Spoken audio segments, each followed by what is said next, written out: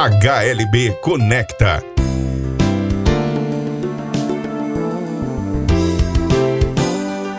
A série de podcasts que liga você aos principais temas do mercado.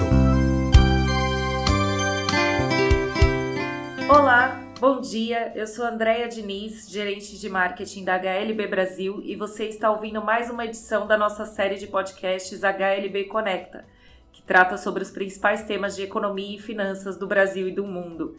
Essa semana, o surto de coronavírus, agora chamado de Covid-19 pela OMS, já ultrapassou a marca da SARS em número de casos de mortes e casos da doença. Até o momento já foram mais de 44 mil casos confirmados e mais de 1.000 mortes, o que gera um alerta mundial para os riscos da epidemia. No Brasil, ainda não há confirmação de nenhum caso, mas os impactos para a economia global já começam a aparecer. Por isso, hoje eu conto novamente com a presença do nosso economista e sócio, Marcelo Fonseca. Bom dia, Marcelo. Olá, André. Bom dia. Para falar sobre os impactos econômicos do coronavírus, agora chamado Covid. Marcelo, eu começo perguntando quais são os primeiros impactos para a economia global que esse surto traz. André, já em retrospectiva, inicialmente uma incerteza global com relação à amplitude da doença, como que ela poderá se espalhar. Isso gera uma aversão ao risco e impactando países emergentes como o Brasil, com depreciação do câmbio, esse tipo de situação. Porque a economia chinesa é a segunda economia do mundo, ela se relaciona comercialmente com o mundo inteiro, não só regionalmente.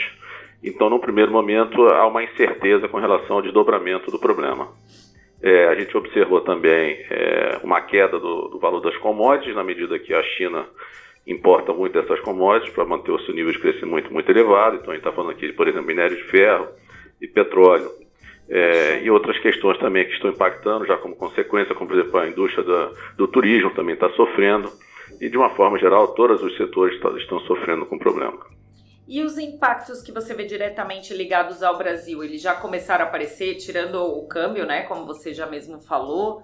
Tem algum outro que já começou a aparecer e pode ser intensificado até a gente ter um controle disso? Eu acredito que sim, eu acho que talvez não de uma forma pode se caracterizar como um problema com relação à redução do nosso crescimento, mas provavelmente a gente já vai ter algum impacto na exportação dessas commodities, como eu falei. A própria depreciação do câmbio aqui, em função dessa aversão a risco, poderá impactar, se ela for mais pronunciada, por exemplo, na inflação, apesar de que a inflação está comportada. Então, nesse primeiro momento, a gente está só observando. Com relação, falando de novo, a exportação, que é um item importante, o saldo da balança comercial no crescimento, por exemplo, da economia, no caso do Brasil, o saldo da balança comercial é um componente muito pequeno no componente do crescimento da economia. Mas existem outros impactos que a gente pode vir a sofrer, como, por exemplo, investimentos no país que poderão ser reduzidos em função da incerteza global que eu falei com você. E até quando você acha que deve durar esse período mais crítico? Ele já passou? Ainda não? Até quando a gente pode esperar que esse o mercado, ele esses dias estava mais otimista com a hipótese de que a doença estaria sendo controlada, não é? Circunscrita àquela região e também por ser uma doença com baixa letalidade. Mas eu acho que a gente ainda não tem como determinar quando será a recuperação disso, ou quando que o impacto negativo vai cessar, na medida que a gente tem que aguardar exatamente que essa doença esteja circunscrita a uma determinada região, ou eventualmente o surgimento de uma vacina, que pode não ser que seja agora. Então, se, por exemplo, a gente imaginar que no primeiro trimestre o problema estará controlado, quero crer que a China vai devolver rapidamente essa queda na atividade econômica de uma forma muito rápida. Se ela avançar pelo primeiro semestre, eu já acho que pode comprometer um pouco mais o ano de 2020. Aí não só falo do Brasil, eu falo de outras economias e globalmente também, em função exatamente do tamanho da economia da China. Problemas como, por exemplo, na cadeia de fornecimento de insumos industriais, peças e componentes de fábricas chinesas poderão impactar aos que compram exatamente esse tipo de mercadoria. Então eu acho que está um pouco ainda cedo para a gente imaginar como pode ser a recuperação, mas claro é que quanto mais rápido, obviamente, isso a gente tiver o problema controlado, mais rápido a China retomará o seu ritmo e também, obviamente, isso impactando o mundo inteiro positivamente. Sim, você tinha dito, enfim, que os primeiros impactos já começam a aparecer no Brasil e se isso se prolongar, a gente tem um impacto que pode ocorrer no PIB no final do ano.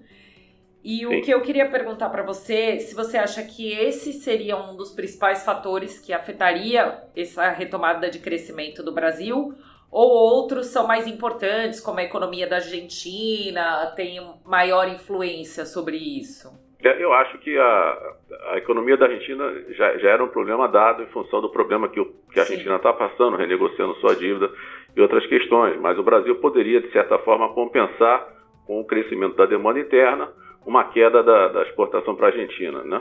Mas se o problema da China se prolongar, não tem dúvida que ele vai ser um problema maior do que a nossa questão regional aqui com a Argentina.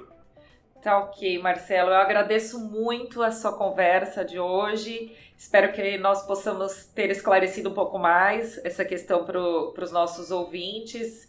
E eu aguardo vocês, ouvintes, você, Marcelo, na nossa próxima edição. Obrigada. Obrigado, Andréia. Você ouviu Até logo. HLB Conecta. Obrigado pela audiência e até a próxima edição. HLB Conecta, a série de podcasts que liga você aos principais temas do mercado.